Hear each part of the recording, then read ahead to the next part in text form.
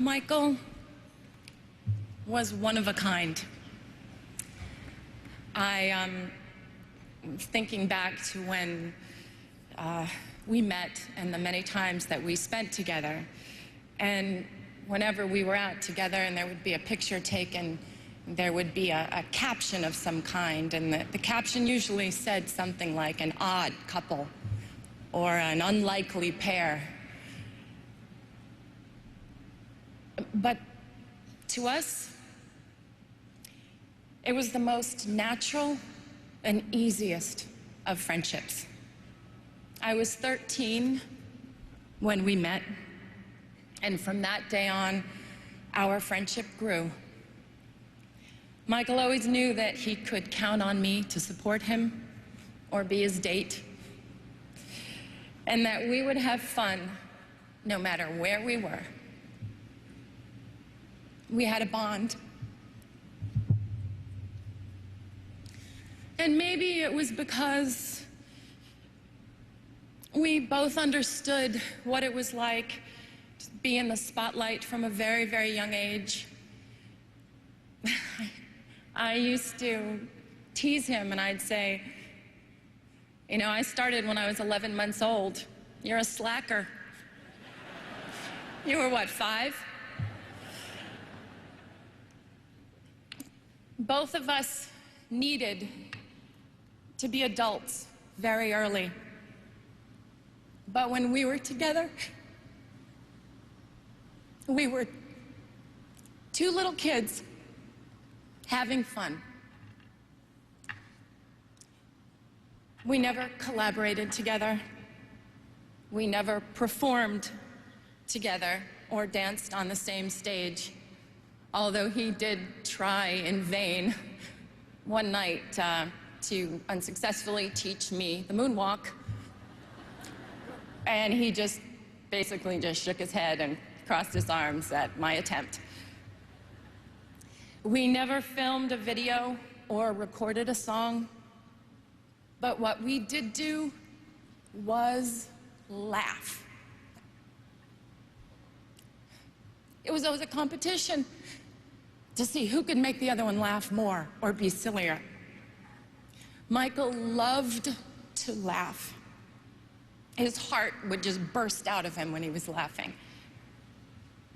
He adored it when I did silly imitations or told him stories about my life.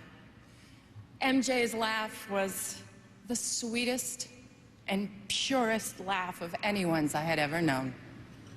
His sense of humor was delightful, and he was very mischievous. I remember it was the night before Elizabeth Taylor's wedding, and he had called me prior and asked if I would join him. He didn't want to be alone for all the festivities. And it was the night before the big day, and Michael and I tried to sneak in to get the first peek of the dress. And we were just giggling like crazy, and we almost passed out in hysterics when we realized that Elizabeth was actually asleep in the bed. We thought she was in an entirely different room. And we had to laugh and sneak out.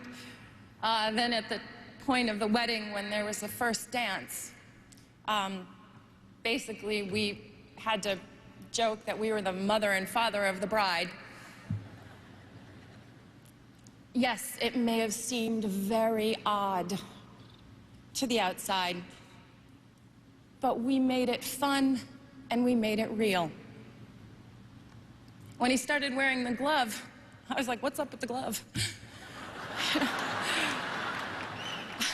I was like, look, if you're gonna hold my hand, it better be the non-gloved one, because sequins really hurt me.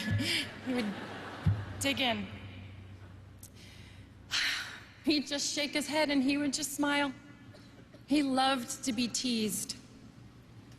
Seeing him smile made you feel like everything was going to be all right. To the outside world, Michael was a genius with unchallenged ability.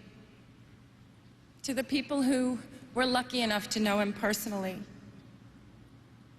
he was caring and funny, honest, pure, non-jaded, and he was a lover of life. He cared so deeply for his family and his friends and his fans.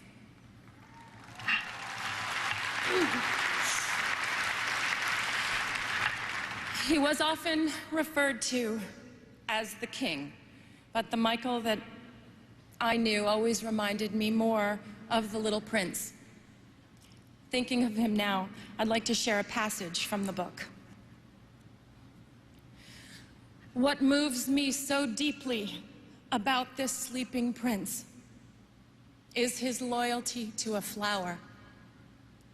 The image of a rose shining within him like the flame within a lamp, even when he's asleep. And I realized he was even more fragile than I had thought. Lamps must be protected. A gust of wind can blow them out. Michael's sensitivity was even more extraordinary than his talent. And his true truth resided in his heart. As the little prince also said, eyes are blind. You have to look with the heart. What's most important is invisible. Michael saw everything with his heart. To his family, his brothers and sisters, Catherine, Joe, and to his children, Prince, Paris, Blanket, my prayers are with you.